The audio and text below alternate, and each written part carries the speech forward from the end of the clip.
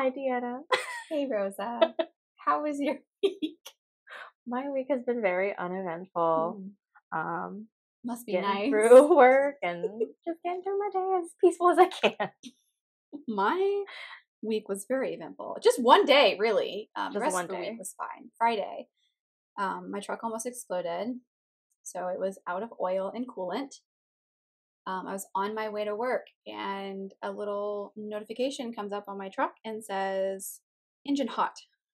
Engine hot. Luckily, I was at a stoplight, so I was able to turn the truck off until the stoplight turned green, and I was right there at work. So at least you made it like mostly to work. Correct. Yes. If I was on the interstate, you'd have to be pulled over just on the side. I don't know what I would have done, but I got that fixed. But same day, so we have to draw blood at work, and there is a machine called a centrifuge where you have to spin the blood so that the serum on the bottom mixes. Mm-hmm. So we went to go spin the blood, and the blood tube exploded. No. Blood goes everywhere inside the centrifuge, all in the nooks and crannies and bolts, and it was everywhere. There was like a lid on it though, right? Yes. Okay. The lid was on it. But me and my coworker just kind of stood there, didn't know what to do. We were just like, how did that happen? Because I've spun blood before. You know what I mean? I've never had that happen. But luckily, I was able to take it apart because I had a wrench in my truck. Of course you did. Yeah. Hey, you gotta be prepared. You never know. I do not have a wrench in my car. I don't think I have any tools. I think I have like an emergency like light. To break, not even to break the windows? Oh, it has like a break. Oh. It has like a flashlight. It has like the hazard lights. And a little sharp piece to like break the window if I have to. But that's all I have. I'll buy a little emergency toolkit for you for Christmas. Your car.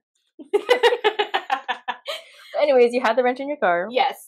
So I took it apart. I was able to clean all the nooks and crannies, get all the blood out, saved the tube of blood. Just put the lid back on it because there was still like this much blood in there, and then I put it back together, and it works great now.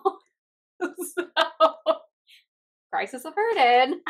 But oh my gosh, that was in the morning too, so that kind of like set the tone for the day. Yeah, that was it was an interesting morning for sure, because like I said, it was the same morning with my truck. So your car almost exploded. You get into work, draw blood, thing explodes, and you're probably like, what the heck? Yeah, and it was before noon. That was all before noon, and I still had to work the rest of the day. Yeah, it was and then when I went to go get my oil changed, I had to wait for like an hour and a half after the day I just had. So. I feel like every single week you have like some crazy kind of like event or something happened. Like last week you had the snails. Yeah. And this week your car explodes. Meanwhile, I'm just like moving through life, just checking along. I have a black cloud above me. Like whenever I would do clinicals for my EMT and I'd be in the ER, oh my gosh, something like always happened. Continuously. Always happens. Yeah. Luckily, I can kind of mostly handle it. Yeah, I think you've just gotten used to. I think so. You're just like, what now? Used to the cloud. Yeah. Just waiting for it. Oh my gosh. Okay, so today we are going to talk about love languages. And we both took quizzes Well, I didn't. She sent it to me, but she was supposed to take the quiz. I didn't take it, but I've taken it before. That's all good. She asked me earlier, did you take the quiz? This morning. Nope, sure didn't. Totally forgot. But we're going to guess each other's love languages and then kind of talk about that and how your love languages change as you age, you know? Yeah, I think love languages has been like a prominent topic, especially like within long-term relationships and even short-term relationships, you know, especially as we're getting to know, you know, boyfriends, girlfriends, friends, you know, parents, any relationship that you have. in your life, and kind of recognizing how important it is to learn your own love language, learn your partner's love language, to be able to effectively communicate and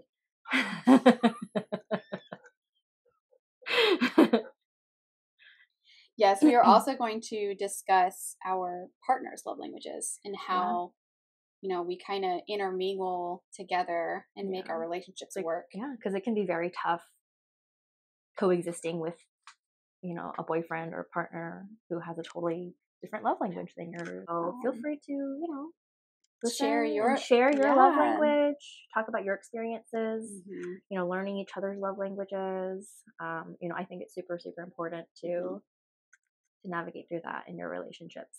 Yes. So happy listening. Happy listening. We've got physical touch. We have acts of service. We have quality time, words of affirmation, and gift giving. Yes. So of the 5, I think when you take the test, you get. It's like a percentage. Yeah. So I guess we can just talk about the top one. The top one. Okay. Yeah. Okay. I'm gonna guess yours. Let's see. I think yours is quality time. You're wrong. Oh no, what is it? I'm an acts of service girly. I can see that too. I really, really appreciate when my partner helps me with either tasks around the house, chores, just something that shows me that while maybe I'm not physically there, he says, oh, I thought of you and I did this for you. Yeah. Or I got this for you. Yeah. No, definitely. I agree with that. What do you think mine was? Physical touch. I thought so too. Oh. It's not. Is it quality time? Nope. It's also acts of service. Oh. I know. But when I think about it though, when Ben does the dishes or takes out the trash, takes care of the animals, whatever, it's a sigh of relief for me, I guess. It's just one less thing that you have to worry about. Yes, because I've always been that take care of everything girl. So when I have someone that takes care of it for me, it's almost oh wow, that's nice. Yeah. It's nice having help, you know what I mean? Right. I will say though, I think my love language used to be physical touch. Okay. But as I've gotten older, I'm starting to realize that things change as you get older. Yeah, I think, your priorities shift a little bit. And, you and Ben are in a very secure place in your relationship. So I feel like whether there's a lack of physical touch doesn't really mean anything. Right, exactly. I definitely think it's a big part of our relationship. Yeah, because it's important for any relationship. Yeah, absolutely. And I'm very much touch me, hold me, cuddle me kind of person. But it's also if I've come home sometimes and it's I'll be home for hours. I'm like, have I kissed you today? Yeah. Yeah. When we're sleeping, I'm like, get away from me. You're hot. Yeah. Stay on your side of the bed. Yeah. So I definitely think like you said, the priorities have changed the older I've gotten. Yeah. And the more secure in the relationship you feel, absolutely. Something like physical touch may not be quite as important as you feeling appreciated and recognized. I will say too, so this is something that me and Ben have had multiple conversations about. So I have always been the more masculine female growing up, more to feel secure and safe in myself, And so I haven't really had a chance to be that feminine female. Yes. Because I haven't felt safe enough to do it. And now that I feel very safe in my relationship and I am with a more masculine man, I feel safer to be more feminine. So I'm allowing him to do those acts of service, allowing him to, take care of things, and it's an adjustment, but we're getting through it. Yeah, especially when you've gone your whole life having to fill both roles. And not really allowing your partner to. And that was the big thing. At first I was like, why isn't he doing these things? But then I had to take a step back look at the bigger picture, and it's like, he's not doing these things because I'm doing them. Yeah. And I don't give him enough time to do those things. Mm-hmm. That's something that I think a lot of women struggle with, because they're like, oh, well, if I just do this, like, it'll be faster, or it'll get done the right way, or, something along those lines. And you don't really let your partner, take control of that situation and do it and take care of it in the way that, they can learn to do it. Yes. Yeah, I know that is a big adjustment that a lot of people face in long-term relationships. Well, and two, it doesn't help that me and Ben are like completely opposite people. Yeah. I'm very high strung, very, very much like planner and like go, go, go all the time. And Ben's just like, yeah, whatever. I'm like, what time are we going this way? I don't know. Whenever we get there. Just like, and at first it was really, really hard for me. And sometimes it's still kind of hard. But I'm getting a little bit better at it, I think. So? I think so. Because you guys have adjusted very well, I feel. Yeah, and I think we kind of balance each other out too. You know what I mean? Like we're starting to learn each other's, love languages too, which makes a difference. Yeah. What do you think Nick's love language is? Nick is definitely a physical touch and quality time. Like, he loves like uninterrupted time together. Yeah. Whether it's even just like sitting on the sofa watching something. Like, we don't have our phones out. We don't we don't interrupt each other during the show. Like, he's very much like a quality time and in an uninterrupted time, and touch. He loves touch. He loves holding hands. He loves, caressing and playing with the hair. Yes, very much. And that is the total opposite from me. Yeah. Like, I really love and I really thrive in my alone time. I like to just sit by myself, read my book, watch trash TV by myself. Trash TV. And so that was something that was really an adjustment that I had to kind of learn to live with as well, because I was like, oh my gosh, like, why is he like all up in my space? I was like, I'm just trying to have some time alone. I remember Nick went out of town not too long ago, and I was like, oh, how are you going to be, like, by yourself? And you're like, I'm excited. I was like, I'm going to be fine. Like, I love Nick dearly. Yes. But, having the entire house to yourself with just silence, it was great. Like, honestly, like, after, like, the second night, I was like, okay, like, you can come back. I think for me, during the day, I love being alone. Yeah. But it's when it's like dark outside and I'm like winding down for the night, that's when I like need that person like with me. When is it like a safety thing for you? I think part of it is, because when I lived alone in my house, I was like, during the day I had, the blinds open, it was nice and pretty and bright.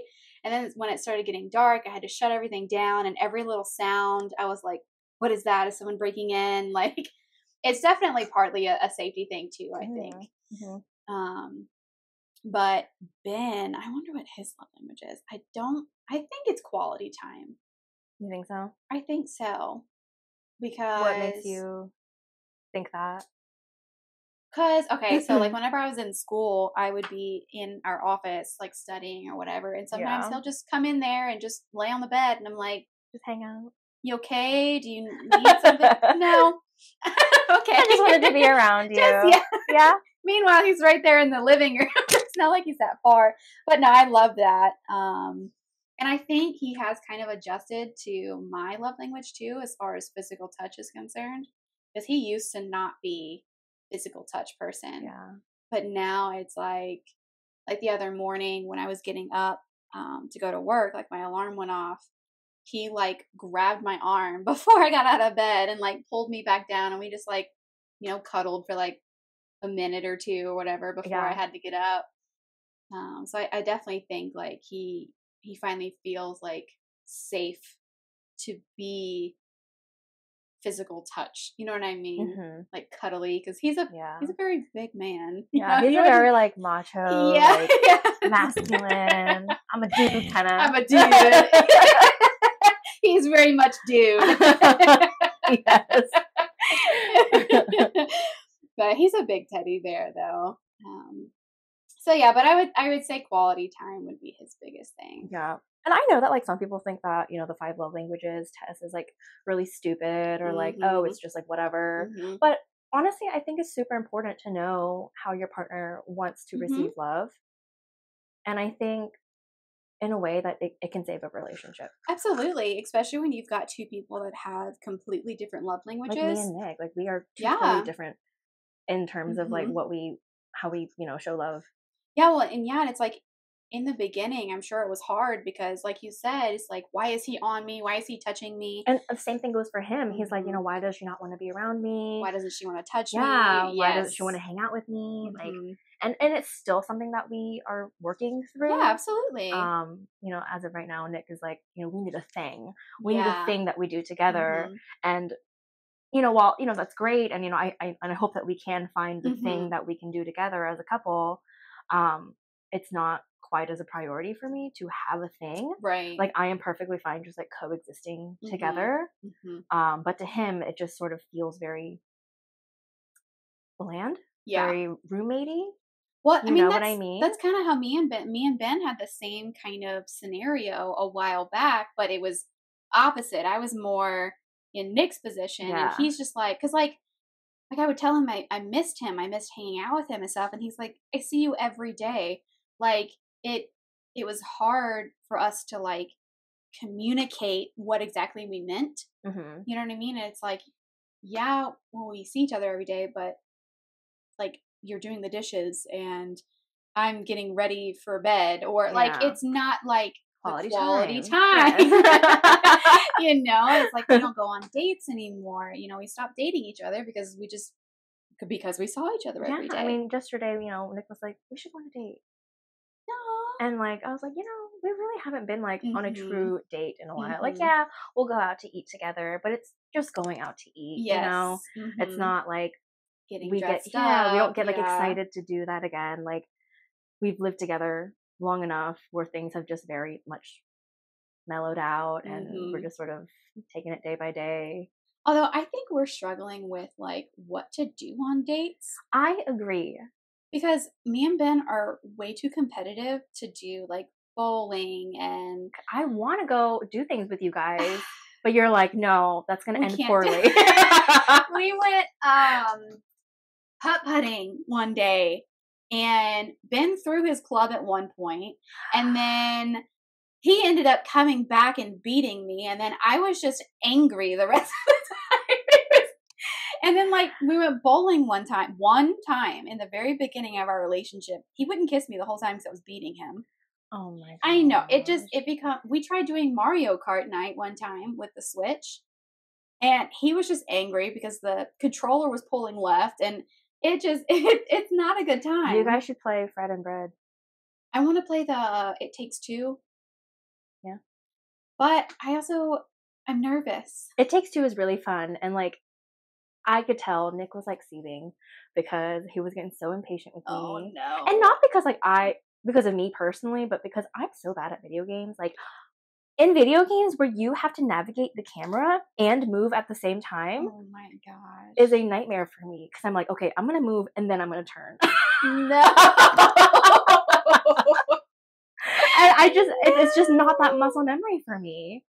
That's why she's so good at Stardew Valley. Because you don't have to move the camera. I am like a millionaire in Stardew Valley right now. We have a combined farm that we only worked 3 days on. I know, it's so long. But you guys should definitely play Takes Two. Like it. I don't want it to end in a fight. It won't, because you guys are working together towards one goal. I know, but what if he can't make it across wherever we're trying to go? Then you just have to be patient. I'm going to take the controller. Let me do it. No. Yeah, I would pass the controller to Nick, and I would be like, hey, Nick, I really can't cross this bridge. Like, can you just do it for me? He's like, no, I'm not going to do it for you. Yes. So we will literally be sitting there for like half an hour waiting for me to cross the bridge, and he's just sitting there on his phone, or he's doing something else on the computer. And he's like, are you ready yet? Did you make it yet, honey? He's like, you're over here crying. Yeah, meanwhile Nick is like, running in circles on his other screen. It was a very fun game. We'd actually never finished it, but it's fun. What console do you have it on? I think they have it on Steam. Oh, so it's a computer, but it is on PS5. I've seen it because we're more like console, console people. Because we've got, oh my gosh, we got PS5, we've got 2 PS4s, a PS2. They have every console available too. I think we have a GameCube, maybe. I don't know. Nintendo 64. I don't have one of those. Yeah, Ben's got one of like really old ones. I don't know exactly what it is though. But I mean, what are some like other dates though? Besides food and competitive game things. Like, okay, baseball games. We do like going to baseball games. Yeah. I go for the food. He goes for the baseball. We're supposed to go for each other, okay? Okay, no, because we find what we like within the date. It doesn't have to be the same thing that we like. Yeah. And we are trying really hard to like do things outdoors more because I feel like, as the pandemic kind of came through, we got very comfortable just being at home inside. Yeah. And I'm already kind of a homebody, so that was fine for me. And I think Nick to the same degree as well. But now we're like, okay, like we need to like get up and get active and do things and be present in nature, I guess. And we've been talking about like going on hikes, and a little part of me is like, that's a lot of work. I'm gonna be tired. It's hot. I'm gonna be sweaty.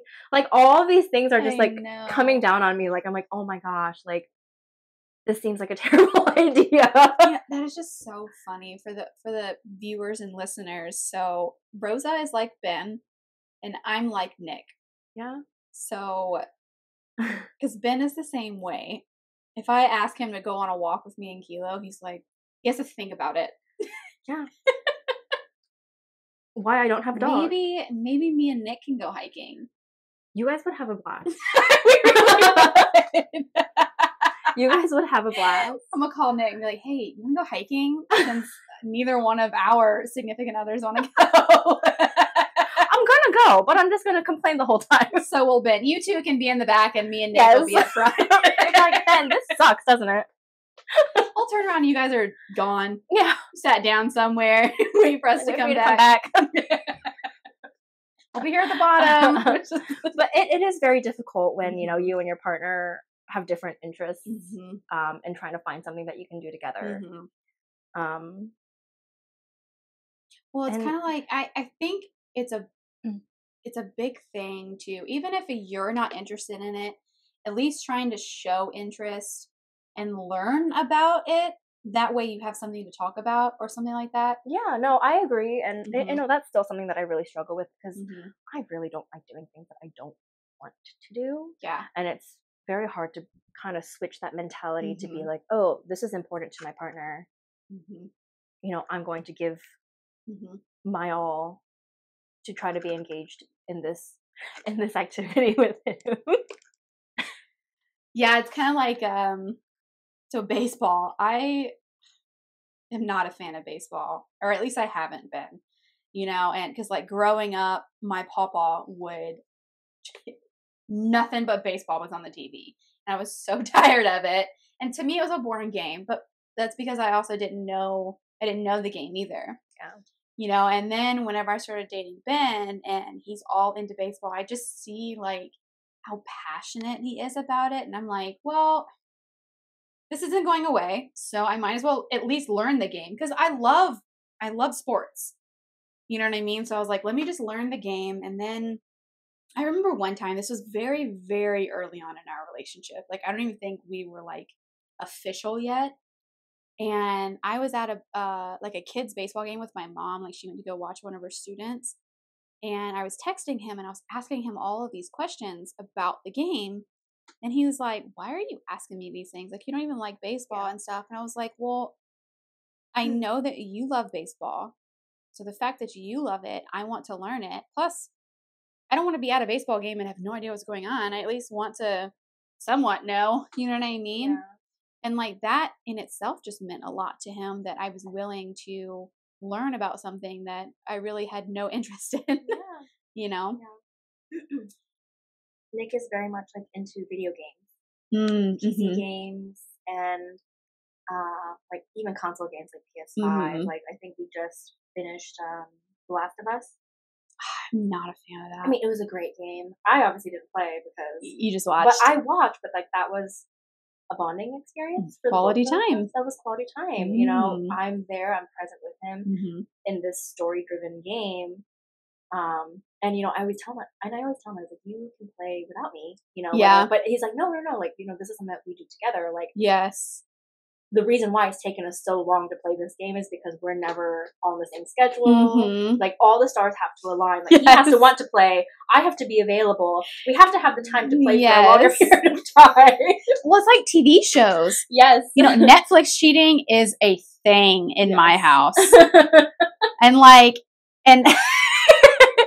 we have, it's so hard to watch a show. Like Emily in Paris came out, I can't even tell you how long ago, but we haven't been able to watch it because all of these other shows are coming out that we've watched, you know, and then, or like ice cream. We always eat ice cream together. So God forbid if someone eats ice cream without the other person, it's World War III in our house.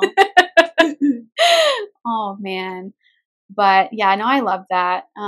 It is hard though, being adults.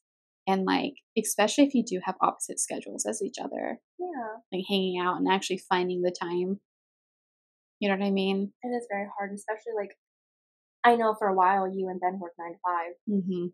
Monday through Friday. And you guys only had that little bit of time after work to hang out with each other. But whether you're grocery shopping or handling chores or he's at the gym, you know, like, then you're already shortened that.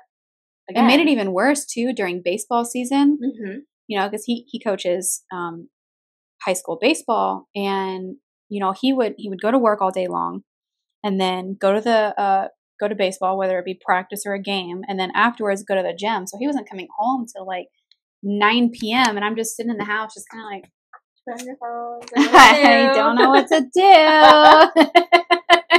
you know. So that was really hard, but. Baseball season's over now, so we are getting to see each other a lot more, but now my schedule's different. You know, so now he's home without me, and he's just like, how do you do this? I'm like, what do you do? I don't know. Because he's very tempted to watch the shows that we watch together. Yeah, I mean, if there's nothing to do in the house, like, you're going to be like, oh, well, that's super tempting. The TV is right there. I know, it's so easy. So he finds shows that he watches by himself, but then if I'm home while he's watching it, I kind of like get into it. And then he's like, damn it, now I can't watch this without you. So now you have like a log of shows that you watch Exactly. together. It's so bad. Like the Arnold Schwarzenegger just put out a documentary that we were kind of watching. And so did Conor McGregor, the UFC fighter. Do you at least know who that is? I know the name. Okay. He's an Irish UFC fighter. He's very Irish. Like when you think Irish, think him. But yeah, it's hard being in a relationship when you get older. Yeah, and I think, honestly, being like in your 20s and going into your 30s is like such a weird time. And, you know, I know we've talked about this, but it's like almost like another coming of age. And you have like another existential crisis. You know, I've thought about that too. You're working a full-time job. Yeah. You're learning to support yourself. You're managing relationships. You're trying to make friends as an adult and keep friends that you have. And it's very hard because we're all struggling with all of that. And it's very hard to, you know, lose touch with some friends, and it's very hard to make friends as adults. So I think the hardest part about like keeping friends is whenever you like outgrow each other. Like it's one thing to have a falling out, which don't get me wrong, sucks. But when you just grow apart and you just no longer fit into each other's lives, I think that's even harder than like a falling out. Yeah. You know what I mean? I mean, what do you think? I agree. I mean, I was thinking about this the other day, and I was like, wow, I only have like 3 like real friends. Like I have other friends and acquaintances, but they're not people that I go to hang out or confide in or ask advice from. because those are very like superficial relationships that I have outside of, you know, my inner circle. And I don't have like a friend group. Me neither. You know what I mean? Like Nick has a friend group, like they're friends from college that they still stay in touch and hang out, and you know, we travel to see each other, but I don't have that friend group. Well, I think you know, my old work friends, you know, when we get together and do game nights, but even then it's like once every month, every 2 months, so we get to see each other. To align our schedules to fit that. No, I feel the same. Like all the friends that I have, like I've got 3 that come from the same college, but even those 3 people had their own friend groups. You know what I mean? So like when we all get together, like it's fine, but it's not like you said, like the friend group where you all have to like plan to see each other kind of thing. Yes. It's very much like makeshift friends. You know what I mean? And even some of them don't really get along that well. I know, and so it's very difficult to maintain that we have. I know, it's hard, but I said we need to stop talking about adult life. It's getting depressing. I saw this meme the other day that said, "Adulthood is the worst hood I've ever lived in." It is. Wow, it has been real, Deanna. Yes, today has been really interesting. We are working on some technical things. So we've got another camera here. Got 3 cameras. We're managing the lighting, the setting, the angles. It is a learning process, and managing 3 cameras is definitely harder than 1. And our tech guy isn't here. It's been a process, but I hope this all works out. Yeah, I think it will. Honestly, for a first go. Yeah, I don't think it was that bad. I don't think this is terrible. Yeah. And I'm hoping that as we do this more, you know, things are going to evolve, and we're going to upgrade and have a glow up on this channel. Yes. The progression will definitely be interesting. But I hope you guys enjoyed today's topic. Yeah, love languages. It has been a fun ride. And you know, I think we've both learned a lot. In our relationships with love languages. So, and please let us know what your love languages are. Absolutely, we are very interested. Because there were a few that we didn't talk about. We didn't talk about gifts. Yeah, words of affirmation. Yeah. We didn't really talk about. I think those were the 2 that we really didn't talk about today. So that would be awesome if you guys have that love language. Give us some insight on you know, what that looks like for you guys. But otherwise, I mean, it's been great being your co-host for the last brain cell. I hope you have enjoyed today's podcast, and we'll see you for the next one. Yes. Goodbye.